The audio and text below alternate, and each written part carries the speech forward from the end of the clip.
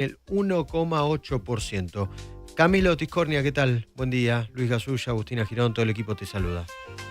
¿Qué tal? ¿Cómo le va? Bueno, 1,8% sería la inflación de julio, a tu entender. Bueno, ese es el promedio del REM, como decías vos, ¿no? Nosotros, en nuestro caso, que hacemos nuestra propia encuesta y relevamos para lo que es la región de GBA, que abarca Capital y G, tenemos 1,9 en julio, que es un poco menos de lo que había sido junio. Junio había sido 2%, tanto en nuestro relevamiento como en el del INDEC, porque el INDEC, acordate que dio 1,6, pero a nivel nacional, y en GBA había sido 2%. Mm. El movimiento del dólar, ¿eso terminó repercutiendo en precios? Y si repercutió en precios, ¿se verá en este número que se conoce hoy o en el próximo?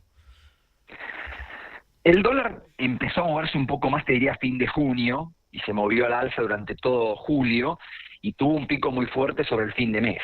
O sea que hay una parte de movimiento que podría uno pensar que quedaría captada en julio, y el pico ese de fin de mes uno tendería a verlo más en el mes de agosto.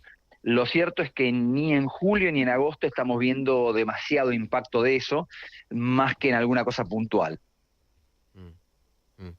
Eh, si la inflación que se conoce hoy es del 1,8, ¿es una buena o una mala noticia o una noticia regular para el gobierno? Yo creo que es una buena noticia. Buena. Me parece que la baja de la inflación en la Argentina es una muy buena noticia. Políticamente el gobierno la va a tratar de capitalizar porque evidentemente es como que lo toma como su gran bandera de cara a las elecciones, pero me parece que es un dato positivo y que justamente que se dé en un contexto en el cual el dólar haya subido es muy positivo porque ayuda en todo caso a atender el tema de que el tipo de cambio podía estar muy bajo. Entonces me parece que es muy positivo lo que está ocurriendo. Hoy leía, ¿qué tal, Camilo? ¿Cómo estás, Agustina? ¿Cómo te va? Leía en algunos portales que decían que algunas consultoras ponían como base 2%, ¿no? Y teniendo en cuenta lo que pasó en la ciudad de Buenos Aires, que fue de 2,5, ¿puede servir de referencia o la ciudad de Buenos Aires es justamente un distrito muy, muy particular como para poder generalizarlo a nivel país?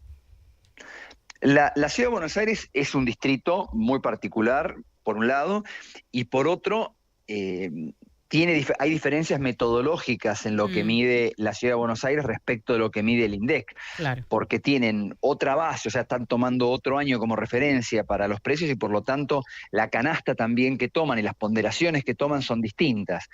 Entonces puede haber diferencias. Cuando vos tomás varios meses y una visión de más largo plazo, es muy parecida a la evolución, pero en meses puntuales puede haber diferencias. Y por ejemplo, en el caso del mes de julio, que es un mes que está muy afectado por todo el tema del turismo, en la ciudad de Buenos Aires eso tiene mucho peso. De hecho, si vos en los datos de la ciudad de Buenos Aires te concentrás en la inflación núcleo bajó de 2,1 a 1,9. Mm, claro. Bueno, ese es un punto, eso es lo fundamental.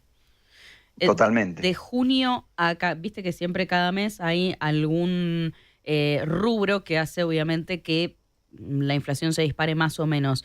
¿Qué fue lo que lo que terminó lo que terminó teniendo mayor incidencia en junio y lo que hay que tener en cuenta para julio y para agosto? Bueno, en julio te diría el tema del turismo, Mm, es lo que te decía recién bastante importante, pero también alimentos y bebidas tuvieron un aumento bastante fuerte, aunque bastante impulsado por tema estacional, por suba de frutas y verduras, que fueron bastante incidentes. sí. En lo que va de agosto vemos un poco más de tranquilidad en ese sentido. Después tenés también, por ejemplo, la parte de indumentaria, que es un rubro que en esta época suele estar en liquidaciones, con lo cual está bastante tranquilo. Después tuviste, después de varios meses, por ejemplo, aumento en los sueldos de las empleadas domésticas, que eso empezó a pegar en el mes de julio. Ahora en agosto sí te podría decir que de los rubros que por ahí uno diría, bueno, están empezando a capturar el aumento del tipo de cambio, están los autos.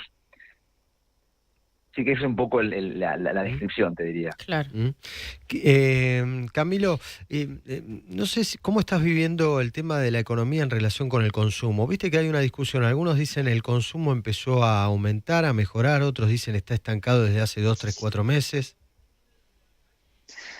El tema del consumo es complejo porque la diversidad es muy grande y no tenés tantos indicadores confiables y actualizados para ver lo que está pasando. Entonces las imágenes son muy distintas. Vos tenés encuestas que tenés datos recién del mes de abril, con suerte el mes de mayo, por ejemplo la parte de supermercados. Después tenés otras encuestas que hacen algunas cámaras que son más recientes, pero el alcance es mucho menor. Tenés datos de ventas de autos que vienen bastante bien, ventas de motos también, las ventas de electrodomésticos están demoradas. Es muy, muy variada la situación del consumo. Yo creo que en ese contexto, y después otro tema, cuando uno compara de golpe contra el año pasado, a veces encontrás alguna mejora, en algunos casos porque el nivel era muy deprimido, en otros no, y cuando mirás mensual, mes a mes, ahí también tenés mucha dispersión, con lo cual yo diría, es muy variada la situación. Lo que sí creo es que me parece a mí que vamos con algunos meses, te diría, en donde las tasas de interés han quedado muy altas en relación a la inflación, más en las últimas semanas, y eso en algún momento va a tener un impacto en el consumo. Entonces yo creo que en esa variedad me parece a mí que va a haber alguna pérdida de impulso. Estaremos atentos. Gracias, Camilo Tiscornia, ¿eh? No, por favor, hasta luego. Camilo Tiscornia, economista, analizando el consumo y la noticia que hoy se conocerá de cuánto será la inflación, según el INDEC, en julio del 2025.